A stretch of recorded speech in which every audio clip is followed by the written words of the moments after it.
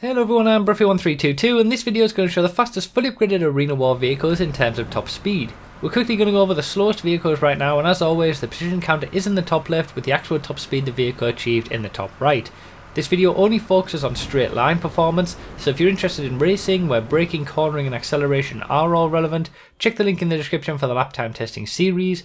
And if you want to know more information about this testing, including the extent to which it's accurate and how useful it is for you personally, have a read of the full description as everything that you need is in there. This video lists all vehicles that can be used in the Arena War mode. Their positions within their normal classes are also shown on the screen, and you can see all other class specific testing videos in the playlist. Now again, just before we get started, I want to make sure that everybody's aware that the three different variations of these vehicles are exactly the same.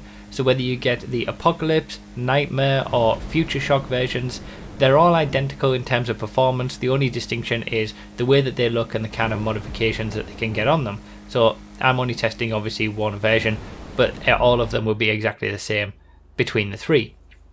Now, we've already seen one vehicle that has taken the top spot away from the previous best with the Cerberus. Even though it was down in 11th place for the 12 Arena War vehicles, it was in the top spot, first place for the commercial vehicles class. And it wasn't by much, it's only by a few miles per hour over the previous best, but that is because of, as I mentioned in the lap time testing video, the boost modification that these vehicles can get in the Arena War workshop. You can basically add a nitrous boost, you're seeing it on the screen, it's used periodically. Basically use it, wait until it charges up again, then use it again. But because these have a boost, the top speed values that you're seeing are slightly different to what you would normally expect. So it's exactly the same as what I did with the Vigilante and the Scramjet. It's basically the effective top speed that you're going to be travelling over a long distance with these vehicles, because for example, they'll all boost up to say 125 miles per hour. Then when the boost isn't on, they'll go back down immediately to 115 say, then you boost again back up to 125. So over the course of a long distance, that is what I'm measuring with this based on the averages, and it is the effective top speed that you're going to be travelling over a longer distance, you know, in comparison to say all the other vehicles in the game, which once they reach a top speed they stay at that top speed. You know, there's no point in telling you that the ISI can get up to 130 miles per hour if it's only getting to that point for a split second, and then it's back down to 110 when it's not boosting. So it is their effective top speed, but it's, you know, it's the same as what I did for the Vigilante and the Scramjet as well. So as we saw there, the ISI was in 6th place overall, beating out the Brutus and the Sasquatch, which the Sasquatch fell down a little bit obviously because it's got great acceleration, but its top speed isn't quite there. But yeah, the ISI, as it was for lap time, is the new #1 compact vehicle in the game in terms of top speed, and we're seeing some very, very high top speeds at this point. The ISI over 120 miles per hour. We've had the new 3rd best muscle car of the Impaler with 130 miles per hour, the new 2nd best muscle car in the game of the Dominator with 131 miles per hour, and then in 3rd place overall for the Arena War vehicles, we're going to have the new best muscle car in the game, which is the Imperator with a top speed of 132.8 miles per hour. That is quicker than pretty much every supercar in the game apart from those rocket vehicles like the Scramjet and the Vigilante, and it's one of the quickest vehicles for top speed overall over everything, and that's obviously because of the nitrous boost upgrade that these vehicles are getting.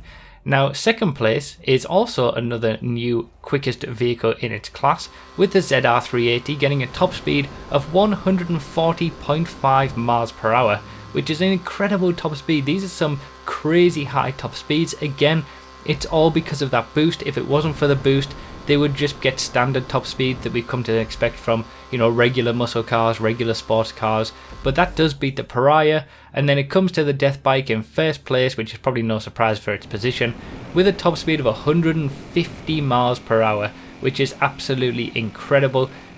A ridiculously high top speed. Obviously, when you're combining the fact that it can wheelie with the boost that it gets, the nitrous boost, it is able to reach incredible speeds, and 150 miles per hour at its effective top speed over a long distance, that is really quick. That's one of the quickest land vehicles in the entire game. So we're seeing a comparison here between the ZR380 and the Pariah. Even though the ZR380 gets this huge benefit from the nitrous boost, it is only about 4 miles per hour quicker than the Pariah, and you'll see that on this long straight that it isn't able to, you know, pull out the biggest gap. So I think it shows more how quick the Pariah actually is, that it's got such a top speed and it's so close even without any, you know, upgrades or nitrous boosts. But obviously when you're comparing the Imperator and the Pisswasser Dominator in the muscles class, that difference is a little bit bigger, just again because of the boost being so powerful for some of these vehicles. So we've seen quite a few vehicles, in fact the top 3 vehicles for the Arena War, you know, vehicles here, the Imperator, the ZR380 and the Death Bike, which is the quickest, have all taken the top spots for their class. Then we had the Issy in compacts, the Brutus in off-roads and the Cerberus in commercial vehicles that all got to the top of their respective classes. So 6 different classes all have a new vehicle at the very top when it comes to top speed, and that's pretty crazy. At this point, feel free to subscribe if you haven't already for new testing videos every Thursday and update videos when new cars are released, and obviously check out other classes in the playlist. I have already tested all these vehicles for lap time, which was yesterday's video, so check that if you haven't already as well. And these vehicles do even better for top speed, you know, because of those boosts and the fact that they can get to such high top speeds, and then not having to worry about the fact that really they're not that great around the track in terms of performance. So yeah, crazy top speeds, quite a few new best vehicles in the class, but obviously once again it is all thanks to that nitrous boost upgrade that they all get in the Arena Workshop. So that's pretty much it for this video. Remember to read the description for more info, comment with your thoughts, like the video if you enjoyed or found it helpful, subscribe for more, and consider supporting on Patreon or becoming a member on YouTube. Thank you all so much for watching, I really do appreciate it, and I'll see you next time.